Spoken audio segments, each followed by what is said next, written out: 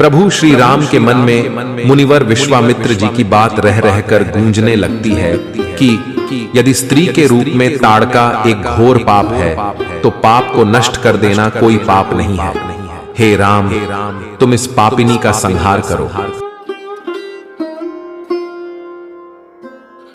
सुबह तड़के स्नान करके उपासना आदि कार्यों से निवृत्त होने के उपरांत राम और लक्ष्मण गुरु विश्वामित्र के साथ सरिता तट पर पहुंचे। एक वनवासी मुनि ने विश्वामित्र के साथ दोनों सुकुमार बालकों को देखकर उनका परिचय प्राप्त किया। थोड़े समय में वे एक छोटी सुंदर नौका लेकर आए और विश्वामित्र जी से बोले, हे मुनिराज, आप इन राजकुमारों के साथ इसी नौका में बैठकर इस सरिता को पार कर लीजिए। विश्वामित्र जी ने उस मुनि को धन्यवाद किया और श्री राम तथा लक्ष्मण के साथ नौका में बैठकर वहां से चल पड़े। जिस प्रकार वह नदी सागर से मिलन की आतुरता में कलकल करती दौड़ती जा रही थी, उसी प्रकार वे सभी नदी को पार कर गए। जब नदी पार किए तो उन्होंने एक भयानक वन देखा। उस वन को देखकर भगवान श्री रामचंद्र जी मुनि विश्वामित्र जी से बोल पड़े, गुरुदेव, यह तो बड़ा ही भयंकर वन है। तभी उन सभी को वन की ओर से सिंह, व्याघ्र आदि हिंसक पशुओं के दहाड़ने और हाथियों के चिंघाड़ने की ध्वनि सुनाई पड़ने लगी। साथ ही साथ जंगली सुअर, भालू, वन भैंसे आदि वन्य प्राणी भ्रमण करते तथा दृष्टिगत होने लगे। वृक्षों की सघनता ने तो सूर्य के प्रकाश को रोक ही रखा था, ताकि कोई उस वन के भीतर घुसने का साहस नहीं जुटा पाए। दिन में ही तब चारों ओर घुप अंधकार सा छाया हुआ था। गुरुवर, इस अति दुर्गम वन का नाम क्या है, कृपया बताएं। भगवान श्री राम ने मुनि विश्वामित्र जी से प्रश्न किया। जिस प्रश्न का प्रत्युत्तर मुनि विश्वामित्र जी ने इस प्रकार से दिया, हे राघव, पूर्व काल में इसी स्थान में यह वन ना होकर मलदा और करुप नामक दो बड़े समृद्ध राज्य हुआ करते थे।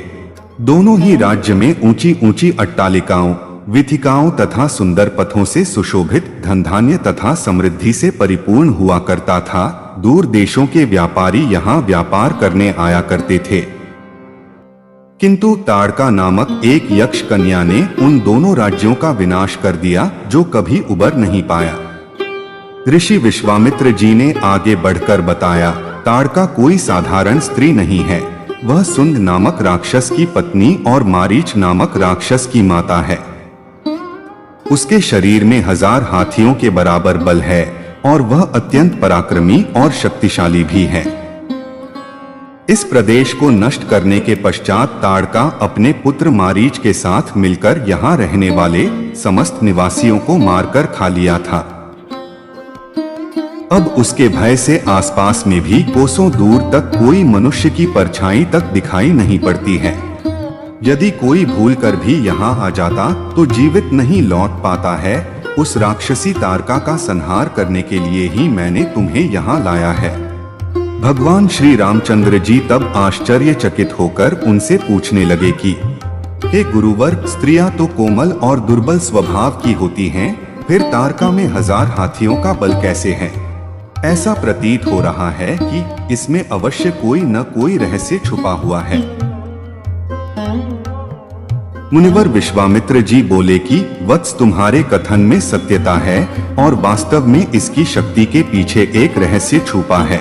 सुकेतु नाम का एक अत्यंत बलवान यक्ष था, जो संतानहीन था। अतः संतान प्राप्ति के उद्देश्य से उसने ब्रह्मा जी की कठोर तपस्या की। उसकी तपस्या से प्रसन्न होकर ब्रह्मा जी ने उसे संतान प्राप्ति का वरदान दिया।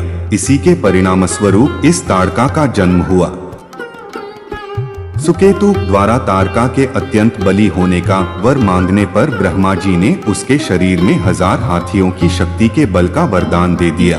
फिर उसके विवाह योग्य होने पर सुकेतु ने ताड़का का विवाह सुंद नामक राक्षस से कर दिया और जिससे मारीच पैदा हुआ। मारीच भी अपनी माता के समान बलवान और पराक्रमी हुआ। वह सुंद राक्षस का पुत्र होकर भी स्वयं राक्षस नहीं था, किंतु बाल्यकाल में वह बहुत ही उपद्रवी था। ऋषि मुनियों को अकारण ही पीड़ा दिया करता था। उसके उपद्रवों से त्रस्त होकर एक बार तो अगस्त्य मुनि ने उसे राक्षस हो जाने का शाप दे दिया।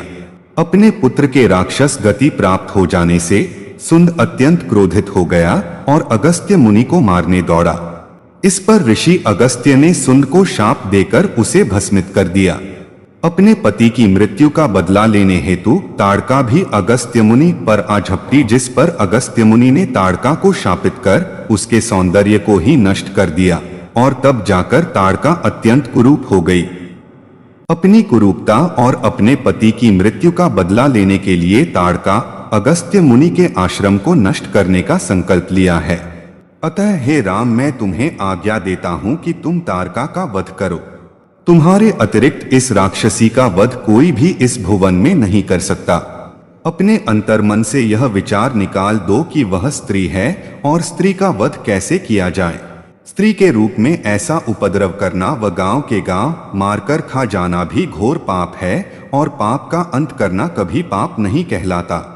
अपने अंतर्मन के समस्त संशय को त्याग दो और मेरी आज्ञा से तुम इस पापिनी ताड़का का संहार करो।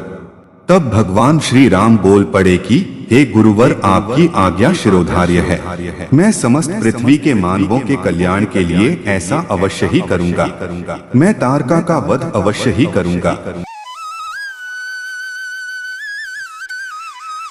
तभी भगवान श्री रामचंद्र जी ने इतना कहकर अपने धनुष पर बाण रखा और उसकी प्रत्यंचा को कान तक खींचकर भयंकर रूप से टंकार किया, जिस टंकार से उत्पन्न हुई ध्वनि से पूरे वन का प्रांत गूंज उठा। वन्य के प्राणी भयभीत होकर चहु दिशाओं में भागने लगे। तभी इस प्रकार की मची हुई अप्रत्याशित खलबली को देख ताड़का क्रोधित हो उठी। अपने सामने धनुष ताने प्रभु श्री राम को देखते ही वह सोचने लगी कि कोई अपरिचित राजकुमार उसके साम्राज्य पर अधिपत्य करना चाहता है। ताड़का क्रोध से पागल हो उठी और भगवान श्री रामचंद्र जी पर आक्रमण करने के लिए तीव्र गति से उन पर झपट पड़ी। ताड़का को अपनी ओर आते देखकर प्रभु श्री राम ने लक्ष्मण से कहा, हे सौमित्र, तार के वृक्ष जैसी विशाल और विकराल मुंह वाली यह राक्षसी कितना कुरूप है। इसकी मुख मुद्रा देखकर यही प्रतीत हो रहा है कि यह बड़ी हिंसक है और निरीह प्राणियों की हत्या कर उनके रक्तपान करने में इसे बहुत आनंद आता होगा। तुम एक तरफ सावधान होकर खड़े हो जाओ और देखो कि कैसे मैं इस विकराल देहधारिणी ताड़का को अभी तत्काल यमलोक भेजता हूँ। तभी राक्षसी ताड़का अपने बड़े बड़े दांत चमकाती, भुजाओं को फैलाती हुई द्रुतगामी होकर बिजली की गति से प्रभु श्री रामचंद्र जी और श्री लक्ष्मण जी पर अत्यंत तीव्रता के साथ आ झपटी। प्रभु श्री राम इस भयंकर आक्रमण के लिए पहले से ही तत्पर थे। उन्होंने अपने तीक्ष्ण बाण चलाकर ताड़का के हृदय को छलनी कर दिया और उसके वक्षस्थल से गर्म रक्त की धारा बहने लग गई। आक्रमण चलता रहा। ताड़का पुनः टूट पड़ी। इससे पूर्व ही प्रभु श्री राम ने एक और बाण चला दिया, जो सीधे उसके वक्ष में जाकर धंस गया। वह पीड़ा से चीखती हुई चक्कर लगाती भूमि पर जा गिरी और अगले ही क्षण उसने अपना प्राण त्याग दिया। इस प्रकार से प्रभु श्री राम के रण कौशल और ताड़का की मृत्यु से मुनि विश्वामित्र अत्यंत प्रसन्न हुए। उनके मुख से भगवान रामचंद्र जी के लिए आशीर्वचन निकलने लगे। फिर गुरुवर श्री विश्वामित्र जी की आज्ञा से वहीं पर सभी ने रात्रि व्यतीत किया। प्रातःकाल उन्होंने देखा कि ताड़का के आतंक से मुक्ति पा जाने के कारण पूरे वन की भयंकरता तथा विकरालता समाप्त हो चुकी है। फिर कुछ समय तक उस वन की शोभा को निहारने के उपरांत प्रभु श्री राम और लक्ष्मण जी स्नान पूजन से निवृत्त होकर महर्षि विश्वामित्र के साथ उनके आश्रम की ओर चल पड़े। दोस्तों, भगवान श्री रामचंद्र जी, माता सीता जी, श्री लक्ष्मण जी, मुनि विश्वामित्र जी सहित रामायण में रचित व वर्णित विशेष घटनाओं को हम आपके समक्ष प्रस्तुत करते रहेंगे। यह सभी संक्षिप्त रूप से आपके समक्ष में रखा जा रहा है। हमारे शोध व लेखन आदि में यदि किसी प्रकार की भूल चूक रह गई हो तो क्षमा प्रार्थी हूँ। अगर वीडियो अच्छी लगी हो तो इसे लाइक करें, शेयर करें एवं सब्सक्राइब भी करें। आप सभी को इस चैनल पर बने रहने के लिए बहुत बहुत धन्यवाद। जय श्री राम।